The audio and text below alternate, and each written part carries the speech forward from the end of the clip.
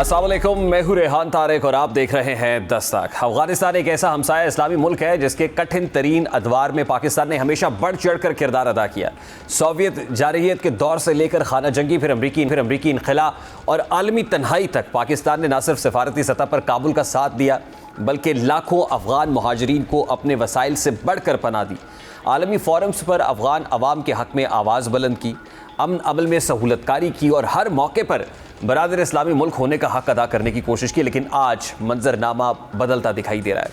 अफगानिस्तान की हालिया इश्ताल अंगेज़ी फ़ौजी कार्रवाई के बाद ये वाज़ेह हो चुका है कि अफगानिस्तान न सिर्फ पाकिस्तान के सिक्योरिटी खदशात को नज़रअंदाज कर रहा है बल्कि वो कलअदम तंजीमों की मुकम्मल पुष्टपनाही कर रहा है जो पाकिस्तान में बदअमनी का बाइस बन रही है। और पाकिस्तान का मौक़िफ़ हमेशा से वाज़ेह रहा है कि अफगान सरज़मीन किसी भी कलअदम तंजीम या शिद्दत पसंद गिरोह के ज़रिए पाकिस्तान के ख़िलाफ़ इस्तेमाल ना होने दी जाए। ये कोई गैर मामूली मुतालबा नहीं है बल्कि खुद मुख्तार रियासत का बुनियादी हक़ है। इसी मकसद के लिए दोहा और इस्तंबुल में मुज़ाकरात के कई अदवार हुए। पाकिस्तानी वफूद ने बार बार अफगान क़यादत को ये यकीन दिलाया कि सरहद पार दहशतगर्द अनासर के ख़िलाफ़ काबिल तस्दीक इक़दामात नागुज़ीर हैं, लेकिन ज़मीनी हक़ाइक़ इसके बरक्स तस्वीर पेश करते रहे। पाकिस्तान में दहशतगर्दी के वाक़यात में इजाफ़ा हुआ, सरहदी इलाकों में दरअंदाजी के वाक़यात रिपोर्ट हुए और सिक्योरिटी इदारों ने बार बार निशानदही की कि शिद्दत पसंद अनासर को महफूज पनाहगाहें मैसर हैं। जब सफारती ज़राए मतलूबा नताइज ना दे सके तो पाकिस्तान के लिए मामला एक संगीन सिक्योरिटी चैलेंज बन गया। ऐसे में जब पड़ोसी इस्लामी मुल्क के रास्ते से पाकिस्तान में दहशतगर्दी की लहर में इजाफा होता चला गया तो पाकिस्तान के पास कोई ऑप्शन नहीं था कि वो मौसर कार्रवाई करके अफगान हुकूमत को ये पैगाम दे कि मुज़ाकरात उसकी मजबूरी नहीं है। और जब पाकिस्तान ने हालिया दिनों में अफगानिस्तान में फ़ज़ाई ऑपरेशन करके फितनतुल खारिज पर फ़ज़ाई कार्रवाई की तो अफगान हुकूमत तिगनी का नाच नाचने लगी और फिर शरंगेज़ी को लगाम डालने की बजाय फ़ौजी कार्रवाइयों पर उतर आई। और फिर गुज़श्ता रोज़ ऐसी ही इश्ताल अंगेज़ी पर मबनी हालिया कार्रवाई अफ़गानिस्तान की जानिब से की गई। फिर इस पस मंज़र में ऑपरेशन जो ग़ज़बुल हक़ का आगाज़ है वो किया गया, जिसे फ़ैसला कुन और जो है अपनी कार्रवाई करार दिया जा रहा है कि अस्करी ज़राए के मुताबिक इस ऑपरेशन में दुश्मन के अहम ठिकानों, असलहा डिपो और कई सरहदी पोस्टों को निशाना बनाया गया। जबकि DGISPR के बकौल इस मौसर कार्रवाई के नतीजे में 274 तालिबान हलाक हुए, 400 से ज़ायद ज़ख्मी हुए। उसकी कामयाब कार्रवाइयों के नतीजे में अफ़गानिस्तान की 27 पोस्टें मुकम्मल तबाह जबकि 9 पर कब्ज़ा कर लिया गया है। इसी तरह 80 से ज़ायद जो टैंक्स हैं, आर्टिलरी गन्स हैं, उनको तबाह किया गया। इसी तरह दुश्मन की एम्यूनेशन डिपो, बटालियन हेडक्वार्टर्स और अस्करी साजो सामान को भारी नुकसान पहुंचाया गया। पाकिस्तान की फैसला कुन कार्रवाई के बाद अफगान तालिबान फ़ौज ने कई बार पोस्टों पर सफ़ेद झंडा लहराया। आज DGISPR लेफ्टिनेंट जनरल अहमद शरीफ चौधरी ने पाक फ़ौज की मौसर कार्रवाई पर तफसीली गुफ्तगू की। वो इस मुतालिक क्या बता रहे थे, ज़रा सबसे पहले उसकी एक झलक आपके सामने रखता हूँ। अब तक इसमें 274 तालिबान रजीम के अहलकार और ख्वारिज जहन्नम वासिल किए जा चुके हैं। 400 से जायद जख्मी हैं। अफगान तालिबान रजीम की 73 पोस्टें मुकम्मल तबाह की जा चुकी हैं। 73 पोस्ट along the पाक Afghan border have been totally destroyed. Other than that, 18 posts are in our possession. They have been captured. अब इस कार्रवाई का मकसद वाज़ेह तौर पर एक मजबूत और दो टोक पैगाम देना था कि पाकिस्तान अपनी सरजमीन के दिफा में किसी किस्म की नरमी इख्तियार नहीं करेगा। और DGISPR ने आज एक बार फिर इस बात को दोहराया। DGISPR का कहना था कि तालिबान रजीम को पाकिस्तान और दहशतगर्द तंजीम में से किसी एक को चुनना होगा। जहाँ भी दहशतगर्दी की कार्रवाई होती है उसका स्पॉन्सर भारत होता है। DGISPR ने इस मुताल्लिक क्या कहा, जरा वो भी आता है। की हुकूमत इसको कई बार वादे कर चुकी है कि they have to make this choice कि या वो दहशतगर्दी को और दहशतगर्दों को चूज करें या वो पाकिस्तान को चूज करें। ये पहले हिंदुस्तान को शौक हुआ था, उनका शौक पूरा किया था, अभी अफगानिस्तान को शौक हुआ है कि उन्होंने देखनी थी। एब्सोल्युटली क्लियर है कि पाकिस्तान में जो दहशतगर्दी का जो वाकया होता है उसके पीछे इंडियन स्पॉन्सरशिप है, इंडियन अबैटमेंट है, डिज़ाइन है। अब इस तमाम तर सूरत हाल में पाकिस्तान की सियासी और अस्करी क़यादत यकजा नजर आई। आज वज़ीर आज़म शहबाज शरीफ ने जनरल हेडक्वार्टर्स का दौरा किया और अस्करी क़यादत ने वज़ीर आज़म को पाकिस्तान अफगानिस्तान की सूरत हाल पर मुफस्सल ब्रीफ किया। इस मौके पर वज़ीर आज़म शहबाज शरीफ ने वाज़ेह किया कि कौमी सलामती पर कोई समझौता नहीं किया जाएगा। फिर इसी तरह सदर आसिफ अली ज़रदारी ने भी अफगान इक़दामात को नाकाबिल बर्दाश्त करार देते हुए कौमी यकजहती पर जोर दिया। जबकि वज़ीर दाखिला मोहसिन नकवी ने इस अज़्म का इजहार किया कि पाकिस्तान हर जारहियत का भरपूर जवाब देगा। इसी मामले पर वज़ीर ममलिकत बराए दाखिला तलाल चौधरी का कहना है कि पूरी दुनिया को दहशतगर्दी के खतरा है। दुनिया वो नहीं रही, दहशतगर्दी के जो कैंप्स हैं वो अफगानिस्तान में दुनिया मानती है और हमने हमेशा मुज़ाकरात को फ़ौक़ियत दी है, लेकिन अफगानिस्तान समझ नहीं रहा। भारत पहले खुद मरा, अब इन्हें मरा रहा है। तलाल चौधरी ने इस मुताल्लिक़ क्या कहा, ज़रा वो आपके सामने रखता हूँ। दहशतगर्दी के कैंप्स दहशतगर्दी की तंजीमें अफ़गानिस्तान से ऑपरेट कर रही हैं। 2 दर्जन से ज़ायद इंटरनेशनल टेररिस्ट ग्रुप के फुटप्रिंट्स जो हैं वो अफ़गानिस्तान में हैं। गोरिल्ला माइंडसेट से अफ़गानिस्तान को बाहर आना होगा। इनके बिहेवियर को बदलने के लिए किसी तरह का भी ऑप्शन अडॉप्ट करेंगे। पाकिस्तान के अंदर दहशतगर्दी मंजूर नहीं है। ये जो गठजोड़ है इसराइल, इंडिया और उसके बाद वो इस्तेमाल करना चाह रहे हैं अफ़गानिस्तान को, ये किसी गलत फहमी में है। इंडिया ने अपनी फाइनेंसिंग 4 गुना कर दी है जो पहले वो करता था, क्योंकि उसको मई का गम नहीं भूल रहा, लेकिन उसने खुद तो मरा था, इनको भी मरवाया। अभी एक ब्रेक लेंगे और ब्रेक के बाद जब वापस आएंगे international relations expert doctor Zafar Jaspal हमें ज्वाइन करेंगे इस ब्रेक के बाद हमारे साथ।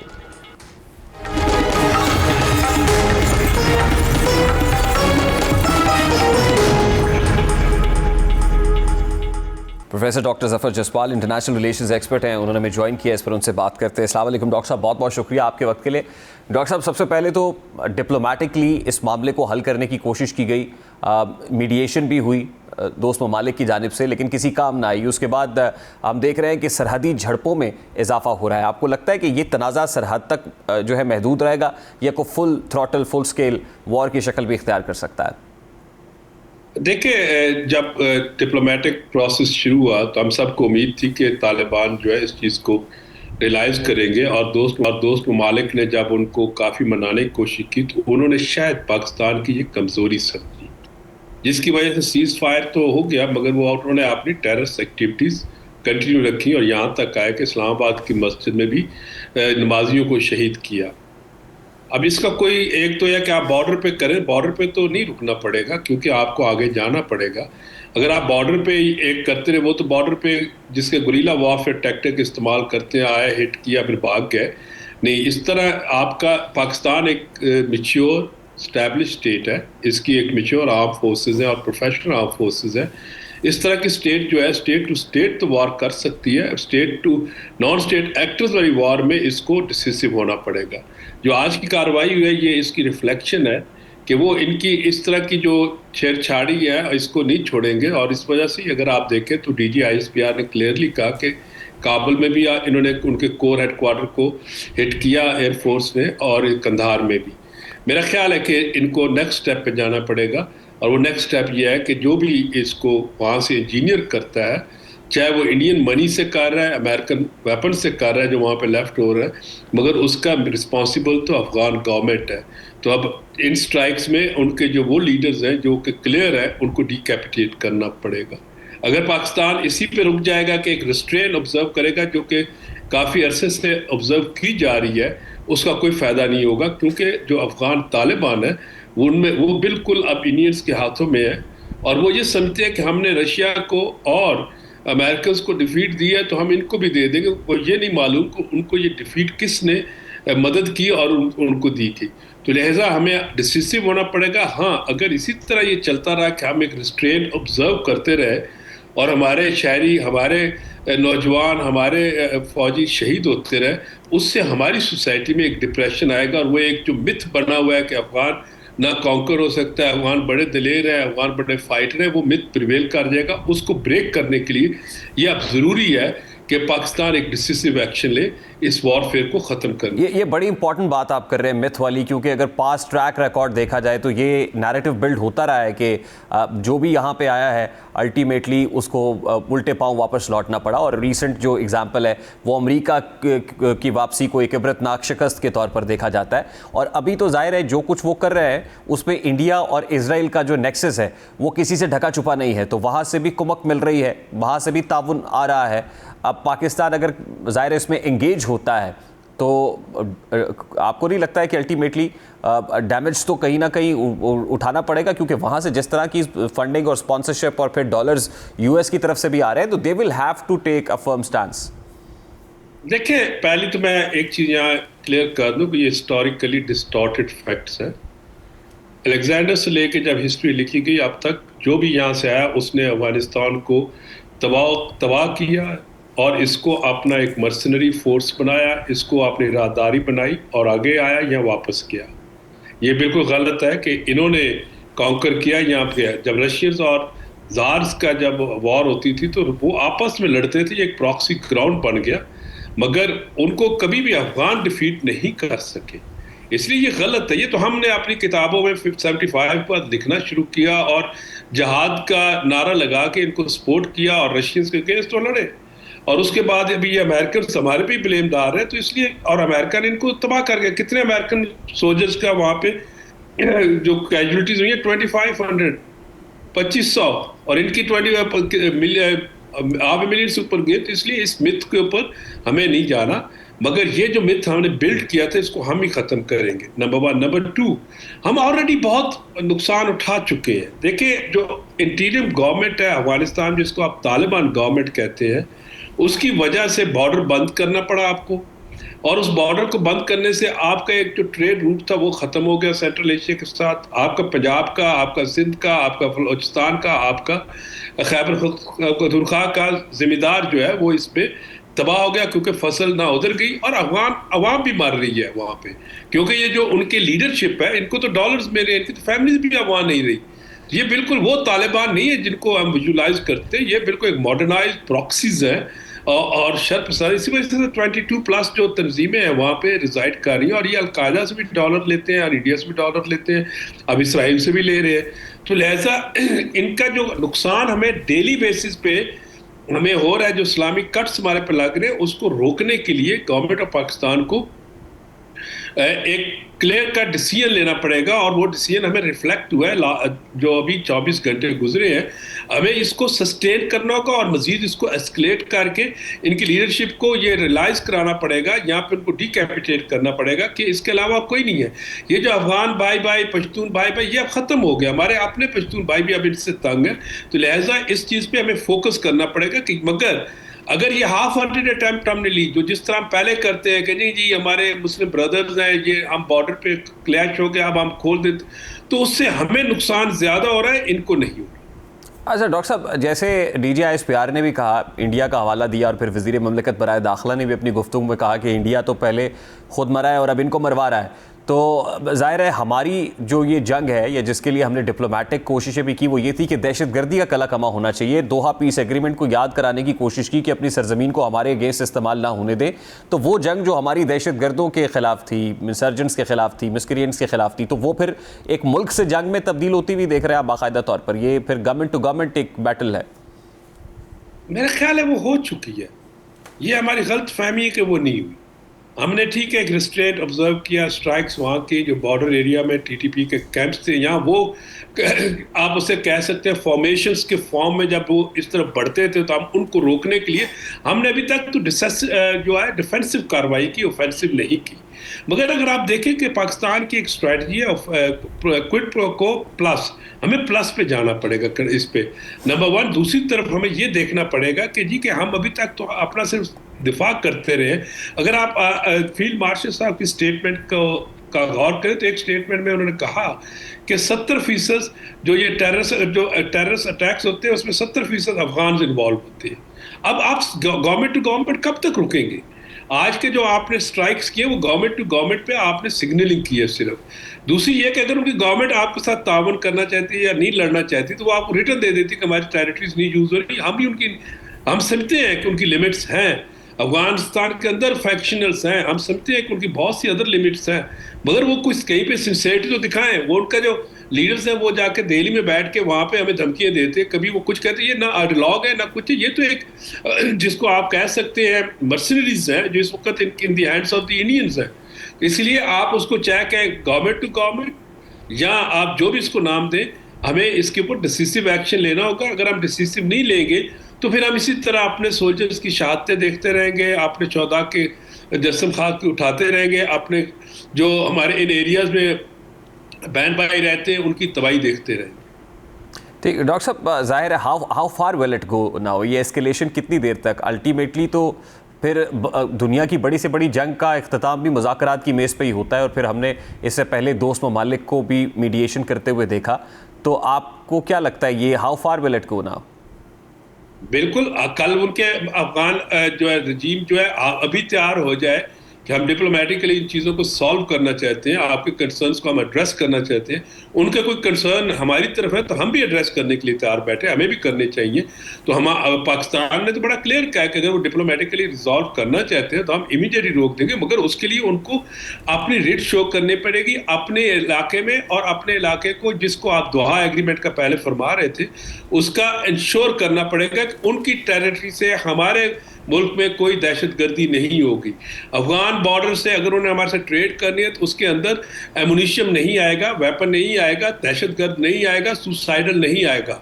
तो ये उनको इंश्योर करना पड़ेगा। अगर वो ये नहीं इंश्योर करेंगे तो फिर तो कोई मुज़ाकरात नहीं। वो तो उल्टा, जब हमने कतर में इनसे मुज़ाकरात किए, उन्होंने समझा कि गवर्नमेंट ऑफ पाकिस्तान एक कमज़ोर है, ये पाकिस्तान एक कमज़ोर मुल्क है, और हम जो नारे मार रहे हैं ये डर गए। लिहाजा उन्होंने यहाँ तक कहा कि हम आपको रिटर्न इंश्योरेंस नहीं देते। देखिए, मुज़ाकरात जब होते हैं उसका एक आपका जॉइंट स्टेटमेंट आती है, वो एक रिटर्न डॉक्यूमेंट होता है, उस पर फिर दोनों ममालिक अमल करते हैं। ये क्या, जब तक तालिबान इस पर नहीं आते तो आपको जंग लड़नी पड़ेगी। ये हमारी वॉर ऑफ चॉइस नहीं है, कभी भी पाकिस्तान की वॉर ऑफ चॉइस नहीं रही। पाकिस्तान की अगर आप हिस्ट्री में देखें, पाकिस्तान ने कभी भी वॉर को अपनी चॉइस नहीं रखा, मगर जब इस पर जंग इम्पोज की जाती है तो पाकिस्तान को जंग लड़नी पड़ती है, और आपके प्योज हो चुकी है।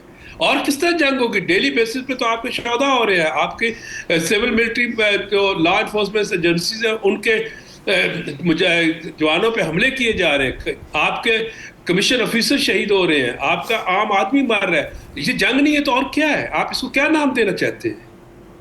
ठीक। और डॉक्टर साहब, जहाँ तक मीडिएशन की बात है तो अल्टीमेटली आपको लगता है, और फिर जाहिर है जब हम दोहा पीस एग्रीमेंट की बात करते हैं तो उसमें एक बहुत बड़ा स्टेक होल्डर तो यूएस भी था, तो यूएस की तरफ से इतनी खामोशी क्यों है? भाई, यूएस को तो उसके अपने इंटरेस्ट है ना, उसके लिए तो इस रीजन में अगर अफगानिस्तान में इंस्टेबिलिटी रहती है तो who will be sufferer? 6 neighbouring states of the Afghanistan, और उसके साथ चाइना नेबर में आ गया, रशिया, जो एक नया इमर्जिंग मल्टीपोलैरिटी है, या मल्टीपोलैरिटी तो आ चुकी है, उसके अंदर जो एक नई डायनामिकल फोर्सेज है। अगर ये इंस्टेबिलिटी यहाँ रहेगी तो ये इंस्टेबिलिटी की डायनामिकल फोर्स होगी। उनको तो इसका कोई नुकसान नहीं है जो कुछ यहाँ पे हो रहा है। उनका जो कंट्रैक्चुअल था, जो 40,000 प्लस ये टीटीपी के नूरुल्लाह मसूद को पर मंथ डॉलर्स मिल रहे थे, वो तालिबान को कहाँ से मिल रहे थे? वो कहाँ से जनरेट कर रहे थे? ठीक है, हमारे अमेरिका के साथ हम अच्छे तल्कात रखना चाह रहे हैं, हमारी लीडरशिप की एक अपना कन्वर्जेंस ऑफ इंटरेस्ट है, मगर यूनाइटेड स्टेट्स के साथ हमारा जो रिलेशनशिप इस वक्त है इशू बेस्ड है। उसमें टेररिज्म कॉमन इंटरेस्ट है, मगर उसमें वो हमारे साथ उस तरह नहीं। मगर आज जब मैंने पढ़ा है कि जी के ईरान, चाइना, रशिया ने मीडिएशन की ऑफर की है, मगर वो भी हमें देखना पड़ेगा कि क्या ये मीडिएशन जो है हमारे इंटरेस्ट को प्रोटेक्ट करती है कि नहीं है। क्योंकि पिछले 4 सालों से तो हम यही देख रहे हैं कि जब कोई हमें कहता है, हम कहते हैं बिल्कुल ठीक है, हम अफगान भाइयों के साथ हैं, हमने इनको, हमारे तो देखे ना, जिस कौम को आप 50 साल आपने अपने मुल्क में रखा, उनको सपोर्ट किया, और उनके पीछे रशिया को अपना दुश्मन बनाया, अमेरिकन को दुश्मन। अमेरिकन अभी भी अपनी तकरीरों में कहते हैं कि हमारी जो अफगानिस्तान में फेलियर है, पॉलिसी अचीवमेंट नहीं हो पाकिस्तान की वजह से, इनकी खातिर बनाया कि ये हमारे मुसलमान नेबर्स हैं, और वो ही अब आपके खिलाफ लड़ रहे हैं। तो इसका मतलब है कि जी कि आपको इसके ऊपर फैसला कौन, और ये बड़ी एक क्लियर पॉलिसी शिफ्ट आई है कि हम अफगानिस्तान को या अफगानों को एक नेबरिंग स्टेट ट्रीट करेंगे, जिस तरह का वो बिहेव करेंगे हम उसी तरह उसके साथ डील करेंगे। मगर क्योंकि आप उन्होंने हमारे पे जंग इम्पोज किए तो हमें इस जंग का जवाब देना पड़ेगा। कब तक आप अपने शहरों में हाई अलर्ट रख सकते हैं सिर्फ इन चंद इस वजह से कि ये अफगान भाई हमारे से नाराज ना हो जाए? नहीं, हमें इस पर क्लियर होना पड़ेगा। ठीक। डॉक्टर साहब, लास्टली इन वेरी क्विकली, ज़ाहिर है एक तो हमारा इंटरेस्ट है, हमारे स्टेक्स है, जो नेबरिंग कंट्रीज़ है जिनका आपने जिक्र किया, चाइना है या रशिया है, उनके भी तो स्टेक्स है ना, और वो स्टेक्स भी हाई है। ख़ासतौर पे चाइना का बेल्ट एंड रोड इनिशिएटिव, और ये वो बहुत हिट हुआ है इस टेररिज्म से। देखिए, चाइना का आपने बिल्कुल दुरुस्त कहा, मगर चाइना के अंदर जो दहशतगर्दी करते हैं, जिसको ईस्ट तुर्कस्तान मूवमेंट कहा जाता है, तो उसको तालिबान कंट्रोल करते हैं। चाइना को उस तरह ये नहीं दे रहे, मगर चाइना सबसे बड़ा सफरर होगा ग्रेट पावर्स पॉलिटिक्स में, मगर इसके नेबर्स ज़्यादा सफरर है। क्योंकि अगर आप देखें कि जो तुर्कस्तान के बॉर्डर पे भी हुए, ईरान भी डिस्टर्ब है, तो लिहाजा नेबर्स को इसके ऊपर सोचना पड़ेगा। मैं मगर इस वक्त ये कहता हूँ कि हमने इस नासूस को पाला, ये जो कैंसर इस रीजन में बना है, हम इसके रिस्पॉन्सिबल भी हैं, हमें अपनी रिस्पॉन्सिबिलिटी को देखना पड़ेगा, और हम इस कैंसर को ख़त्म करेंगे। बहुत बहुत शुक्रिया doctor Zafar Jaspal, international relations expert हमारे साथ मौजूद थे। एक ब्रेक लेते हैं, ब्रेक के बाद वापस आएंगे, इस इशू पर मजीद बात करेंगे। इस ब्रेक के बाद हमारे साथ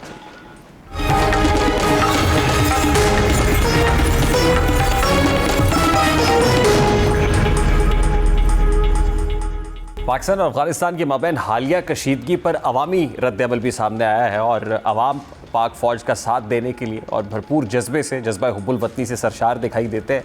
अवाम का इस पर क्या रिस्पॉन्स है रद्द-ए-अमल है, ज़रा उसकी एक झलक आपके सामने रखता है।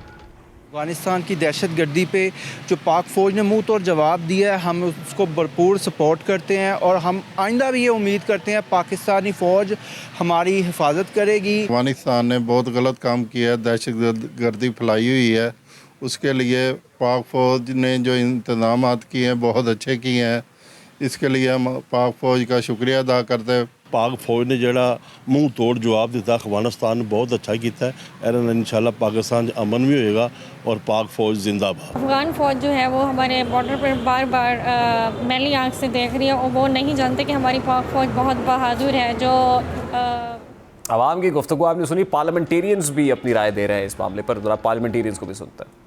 ऐसी चीज़ें करेंगे जो कि बर्दाश्त से बाहर हैं तो फिर तो ये करना पड़ेगा और कोई चॉइस नहीं है पाकिस्तान के पास। मगर मैं अभी भी कहूँगा अफ़गान हुकूमत को कि वो इसको सीरियसली सोचें, क्योंकि पाकिस्तान से लड़के उनको फ़ायदा कोई नहीं है, नुकसान है। मुल्क पर इस किस्म की दहशत गर्दी मुसल्लत कर दी जाए और रोज़ाना के हवाले से हमले किए जाएँ तो फ़ौज पाकिस्तान का यही जवाब बनता है और मैं समझती हूँ उससे भी सख्त जवाब देना चाहिए। कोई भी मुल्क, कोई भी शख्स, कोई भी ऑर्गेनाइजेशन पाकिस्तान के सरजमीन पे आके दहशतगर्दी करेगी तो फिर जवाब देना हमारा बनता है। और मैं समझता हूँ कि दहशतगर्दी के खिलाफ पूरी कौम खड़ी है। सारी रिवायात सारी जो है वो एक नेबर के हवाले से सारे, अब वो जाकर इंडिया से जो है वो बात कर रहे हैं, नरेंद्र मोदी इजराइल में खड़े होकर उनकी हिमायत कर रहा है, तो अब इससे ज़्यादा अब बुरा टाइम और क्या हो। इंडिया के बाद तो अब किसी को शक नहीं होना चाहिए, जो इंडिया के साथ किया है पाकिस्तान ने, उसके बाद किसी को शक नहीं होना चाहिए इस वाली।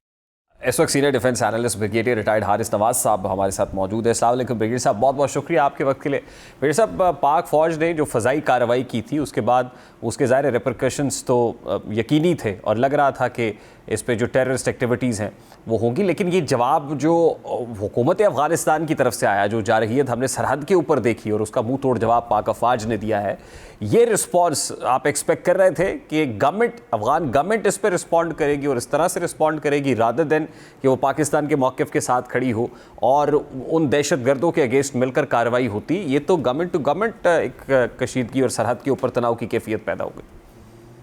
देखें, ये जो एक बार बार अफगान तालिबान रजीम कहते थे कि जी हमारा इनसे कोई ताल्लुक नहीं, हमारे कंट्रोल में नहीं है, पर जबकि पाकिस्तान ने 21-22 फरवरी की रात को जो अटैक किया वो सिर्फ ख़ारजियों के ऊपर किया था। ये ख़ारजी वो हैं जो पाकिस्तानी शहरी हैं, पाकिस्तान की रियासत और पाकिस्तान के फोर्सेस के ख़िलाफ़ उन्होंने हथियार उठाए हुए हैं, तो ये क्रिमिनल हैं, इनके ख़िलाफ़ कानूनी हक़ है हमारा और हम उनके ख़िलाफ़ गए, हमने उनको नुकसान पहुँचाया। लेकिन रिटेलिएशन में जो ये अफगान तालिबान ने जिस तरीके से रिटेलिएट किया है, इसका मतलब ये है कि दे आर वन। इनकी आइडियोलॉजी भी एक है, ये सपोर्ट भी करते हैं, एक दूसरे को कॉम्प्लीमेंट भी करते हैं और जिस तरीके से इन्होंने आके हमारी पोस्टों पे अटैक किया उसके बाद जो हमने फिर इनका हाल किया वो भी इनको पता चल गया होगा।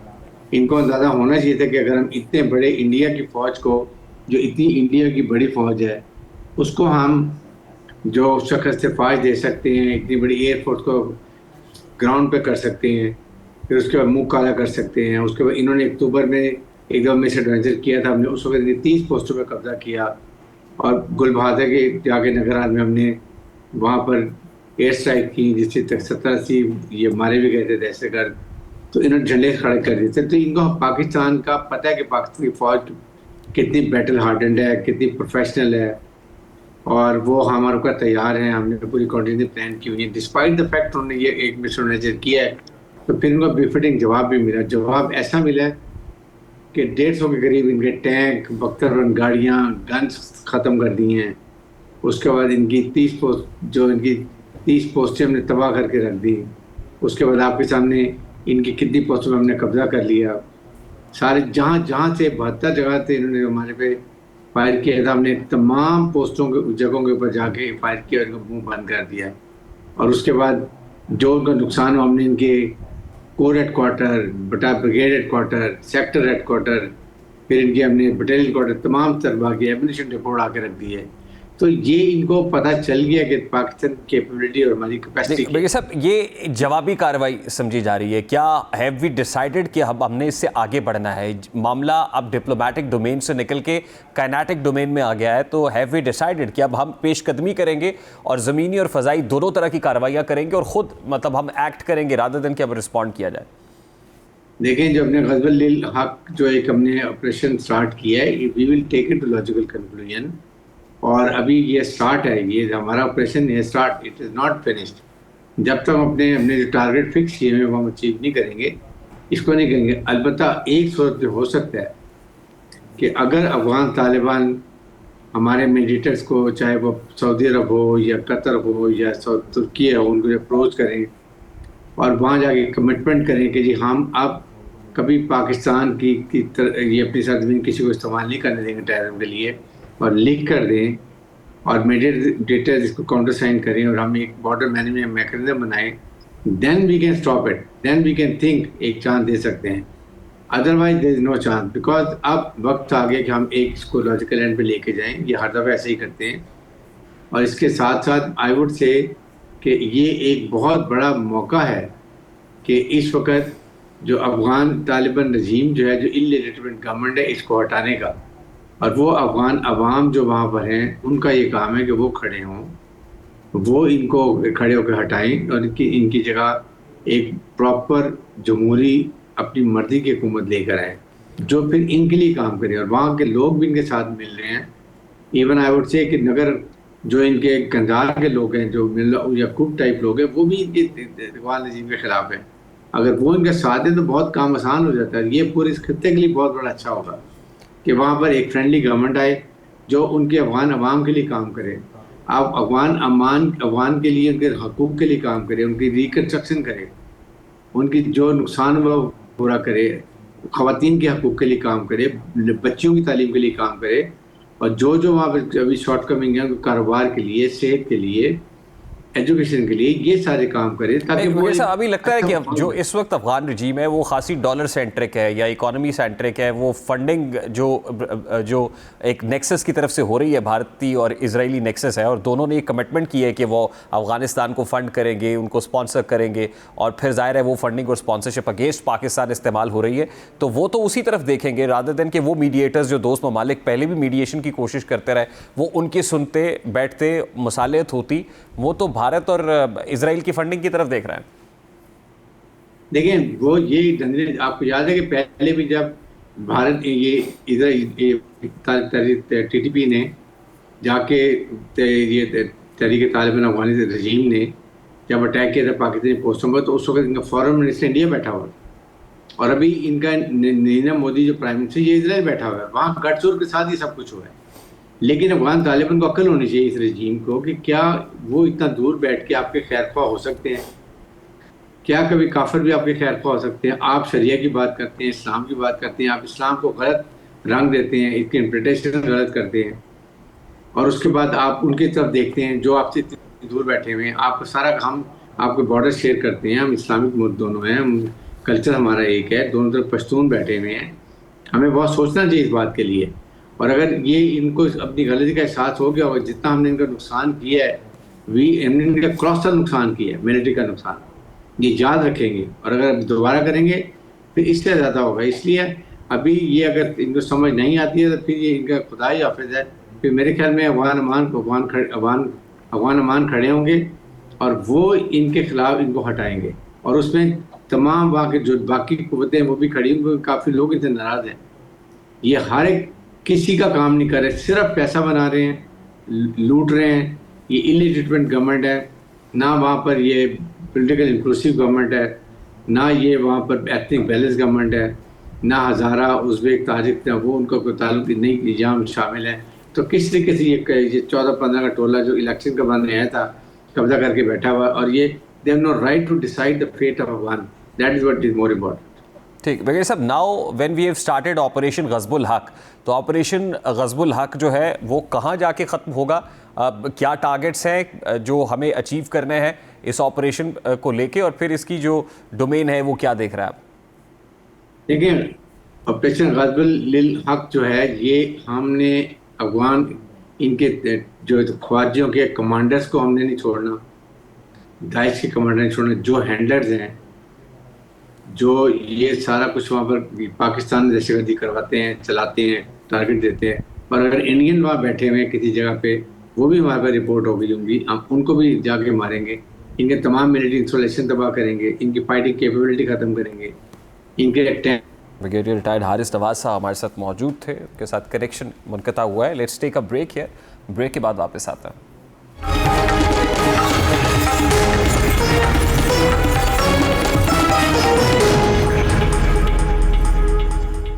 सुपर 8 मरहले में आज इंग्लैंड और न्यूजीलैंड में जारी टाकरा महज दो टीम्स के दरमियान मुकाबला नहीं बल्कि पाकिस्तान के सेमीफाइनल के ख्वाब से जुड़ा एक फैसला कुन मार्का है। ग्रुप की सूरत हाल इस कदर हसास हो चुकी है कि अब हर मैच का नतीजा बराह रास्त पॉइंट्स टेबल और नेट रन रेट पर असरअंदाज हो रहा है। पाकिस्तान की टीम अपनी कारकर्दगी की वजह से इस मकाम पर आ खड़ी हुई है जहां उसे सिर्फ अपनी नहीं बल्कि दूसरों की जीत पर भी इन्हिसार करना पड़ रहा है। अब जैसा कि मौजूदा मंजरनामे के मुताबिक अगर आज न्यूजीलैंड मैच जीतने में कामयाब हो जाता है तो पाकिस्तान के लिए सेमीफाइनल की दौड़ अमलन खत्म हो जाएगी।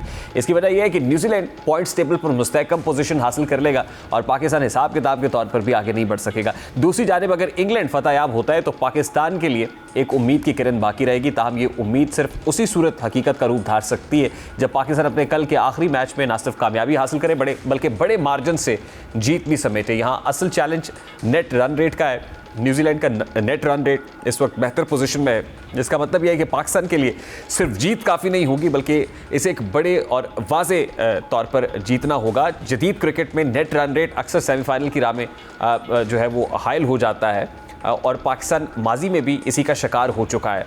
अगर पाकिस्तान श्रीलंका के खिलाफ पहले बैटिंग करता है तो उसे बड़ा स्कोर खड़ा करना होगा और फिर बॉलर्स को मुखालिफ टीम को कम रन्स पर रोकना होगा और अगर पाकिस्तान हदफ का ताकुब करता है तो उसको तेज़ रफ्तारी से मतलूबा हदफ हासिल करना होगा, अदरवाइज़ पाकिस्तान के लिए सेमीफाइनल में जगह बनाना मुश्किल हो जाएगा। अभी तक की सूरत हाल ये है कि न्यूजीलैंड इस मैच में बैटिंग कर रहा है और 135 रन पर 5 खिलाड़ी पवेलियन लौट चुके हैं और उसके बाद इंग्लैंड को बैटिंग करनी और देखना यह है कि आज का ये मैच कौन जीतने में कामयाब होता है। ताहम क्या पाकिस्तान फाइनल में पहुंच पाएगा, इसका इन्हिसार आज के मैच के नताइज पर ज़रूर है।